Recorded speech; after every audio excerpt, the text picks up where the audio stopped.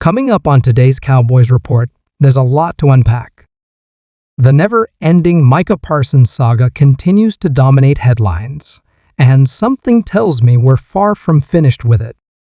Trevon Diggs might have dropped a pretty encouraging hint about his status, and we're also hearing fresh buzz around roster-cut candidates as the deadline for the final 53-man roster draws near.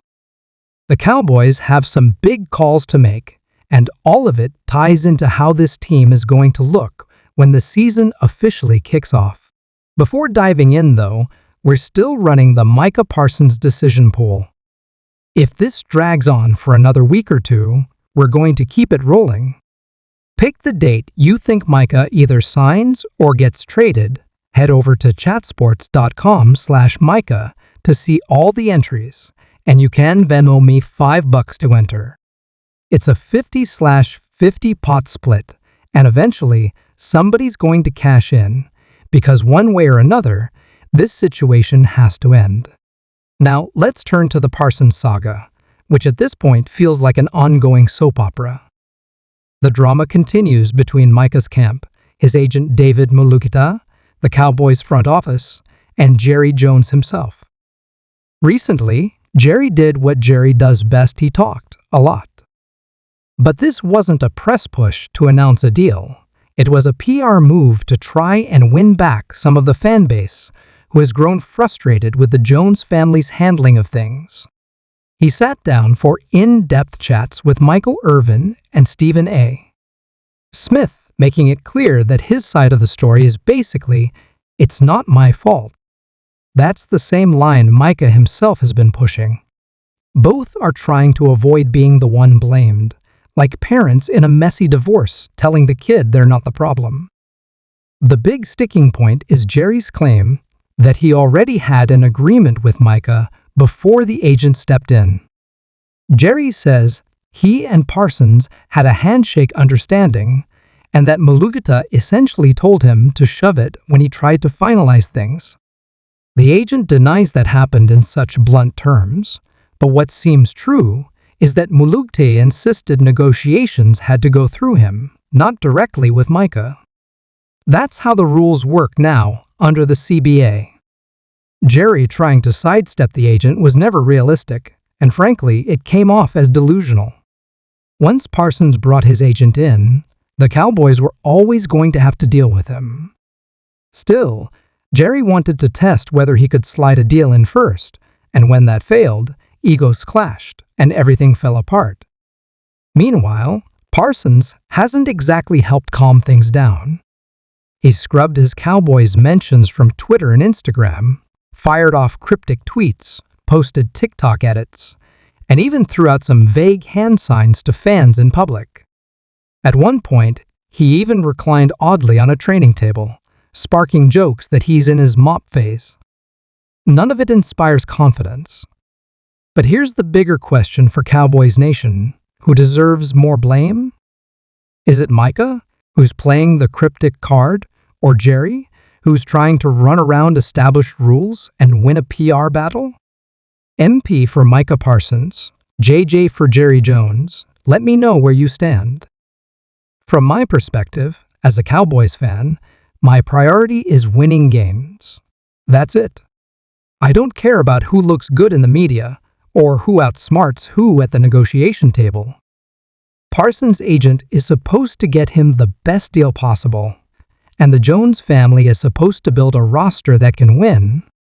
Both sides are acting in their own interest, but what's getting lost is what's best for the team.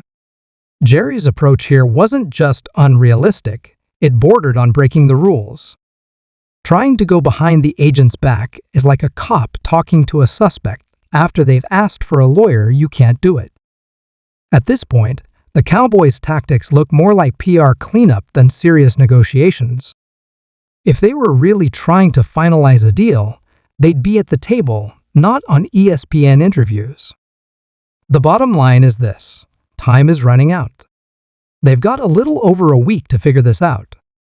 They did it with Doc at the last second, so it can be done. But I don't care to see another round of finger-pointing or another media tour. Just get the deal done. Micah makes the team better, and the Cowboys need him on the field if they want to compete. Stop the PR war and finish it. Shifting gears, Trevon Diggs may have given fans something to smile about. On Saturday, he tweeted out "Thank you God" with the prayer emoji. While some immediately tried to connect that to Parsons, I see it as good news on his recovery front. Offensive coordinator Brian Schottenheimer said, "Diggs is expected to start the year on the active roster, which is a huge boost for Dallas." Even if he's not ready for Week 1, the fact that he's not headed to the PUP list means a return is much closer than feared. Having him back in the cornerback rotation, alongside Darren Bland and Jordan Lewis, instantly makes this defense sturdier. This group without Diggs simply isn't strong enough, and his ball-hawking ability changes games. So the question becomes, when will Diggs be back on the field? Week 1? Week 2? Week 3? Whenever it is, Cowboys fans should be breathing a little easier knowing he's not lost for the start of the season. As for roster cuts, things are getting real. Mazi Smith is the name drawing the most conversation. While I'd still be surprised if the Cowboys flat out cut him, I can't rule out a trade if they like someone better on waivers. Smith hasn't developed the way Dallas hoped, and frustration with his progress is fair. But part of the issue is also organizational failure. The defensive tackle room isn't deep enough for them to give up on him entirely. Unless they bring in real help, cutting him leaves them dangerously thin. The running back room is another spot full of tough calls. When looking at preseason usage, it seems clear the pecking order had Javonte Williams, then Miles Sanders, then Deuce Vaughn, then Jaden Blue, with Phil Mafah and Malik Davis trailing. The tricky part is that Mafah's power running adds something the others don't. I actually think he might have the most upside as a depth option, but the Cowboys' decisions haven't always reflected that. Watching the final preseason game, it almost felt like they were trying to hide Mafah, not showcase him.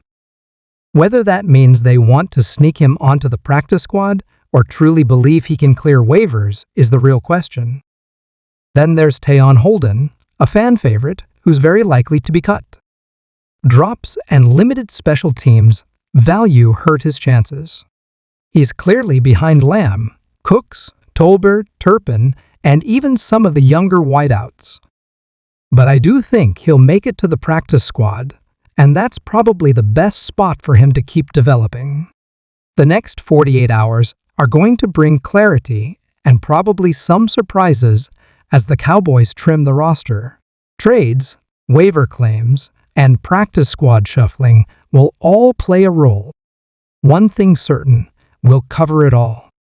So make sure you're subscribed and locked in, because the final roster is almost here, and the drama on and off the field isn't slowing down.